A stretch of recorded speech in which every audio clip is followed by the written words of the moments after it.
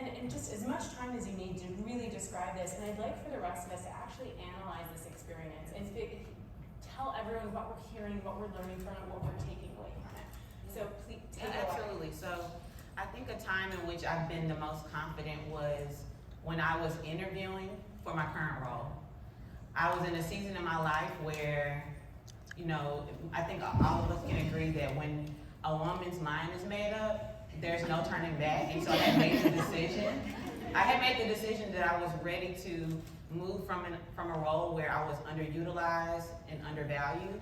And so I was applying aggressively and applying for a lot of roles. And when I got an interview request for Klaviyo, I actually had forgotten I applied for the role. But at the time, I'd be remiss if I didn't share this, I was also a Klaviyo customer. And so I had already fell in love with the product, but it wasn't top of mind as for roles that I applied for because I was already in the final rounds for major brands and I have a media entertainment background, so I was looking to stay in that lane and I was looking for other opportunities. So when Klaviyo popped up, I was like, oh, okay, cool, you know, another role, and I looked at the job description that I had applied for, and I was like, okay, great. This is perfect, I can see why I applied for this. That's what I said to myself, right? This is all me. And so I went into it though very confident in who I was and the value that I added because I was already fed up in my last role. And so I interviewed, and the interviews were great. I could have talked to everyone in this 3-round interview for hours.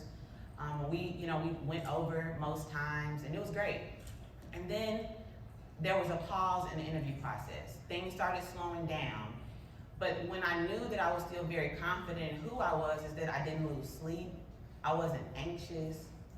I let time go by. I didn't follow up as much as I should have, but I was still very happy and content because I knew that I was being very strategic in my search.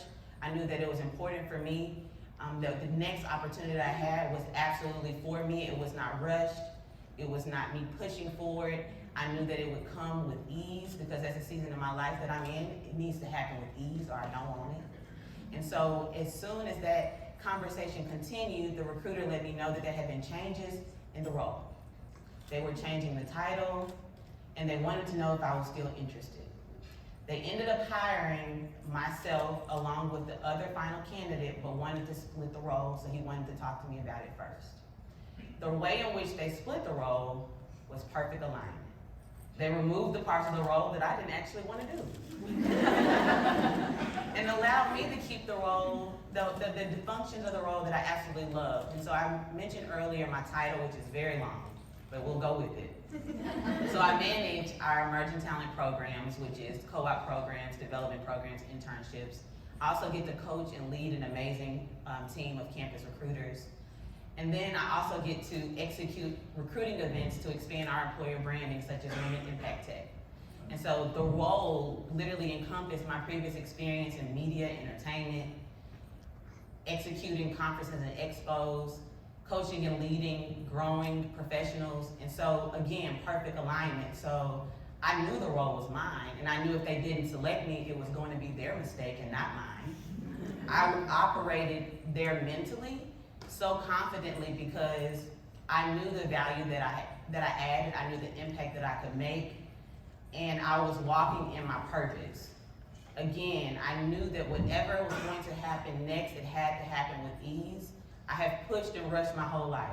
I've tried to force things. I wanted to do things by 25, I wanted to do things by 30, and by 35, and I was in a place in my life, it needed to happen with ease and comfort.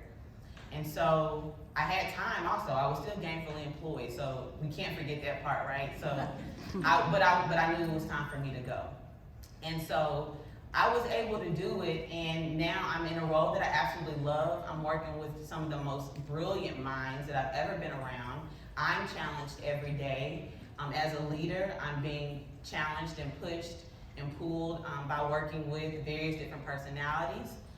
And so I'm growing even in my role, and at the end of the day, I want, one of the things that I did as a Klaviyo client and continue to do as a Klaviyo client is I had an apparel line.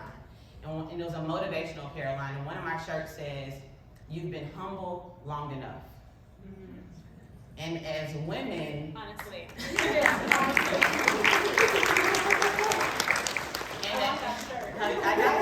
got you. As women, sometimes we feel like we cannot toot our own horn and still be grateful for the opportunity. And I'm here to tell you, you can do both. You can do both. So let me ask. I'm that girl, and I operate in such. I operate as I am that girl every single day, and when I interview, and I will continue to do that for the days of my life. So, yeah.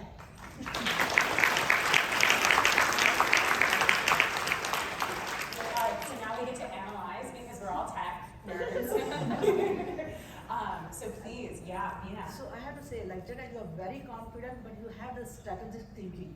So you kept the job before you moved to the next job, and you also had all the skill set. Yeah. So it's a very smart thinking, strategic thinking, and you knew what to get into, right? You were very confident on that. So you worked out what skills are needed Yeah. before you moved to this path. Absolutely. And secondly, you put all your 100% into it, even Yeah. though you were putting over there but not appreciated. But here you know that, and you have this confidence. You're setting a goal.